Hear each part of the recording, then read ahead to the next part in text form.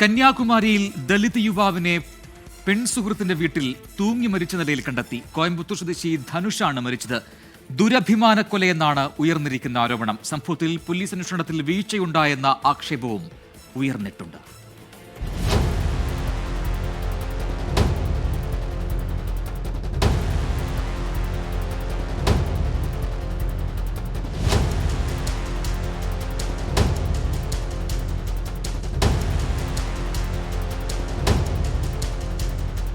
കോയമ്പത്തൂരിലെ IT കമ്പനിയിൽ ജോലി ചെയ്യുന്ന ധനുഷും കുലശേഖരം സ്വദേശിയായ പെൺകുട്ടിയും തമ്മിൽ സ്കൂൾ കാലം മുതൽ പ്രണയത്തിലായിരുന്നു.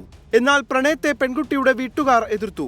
ജാതിയായിരുന്നു പ്രധാന കാരണമെന്ന് ധനുഷിന്റെ കുടുംബവും സുഹൃത്തുക്കളും പറയുന്നു. പെൺകുട്ടിയുടെ വിവാഹം മറ്റൊരാളുമായി നടത്താനും തീരുമാനിച്ചിരുന്നു. എന്നാൽ ധനുഷ് യുവാവിന്റെ വീട്ടുകാരോട് സംസാരിച്ചതോടെ വിവാഹം മുടങ്ങി.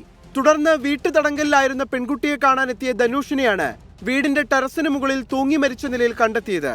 ദുരഭിമാന കൊലയാണെന്നാണ് ധനുഷിന്റെ കുടുംബം ആരോപിക്കുന്നത്. ആദ്യഘട്ടത്തിൽ കേസെടുക്കാൻ പോലീസ് തയ്യാറായില്ല. പ്രാദേശിക DMK നേതാവാണ് പെൺകുട്ടിയുടെ അച്ഛൻ. പ്രതിഷേധം ശക്തമായതിനു പിന്നാലെ പോലീസ് ഇയാളെ ചോദ്യം ചെയ്തിട്ടുണ്ട്. 24 ചെന്നൈ.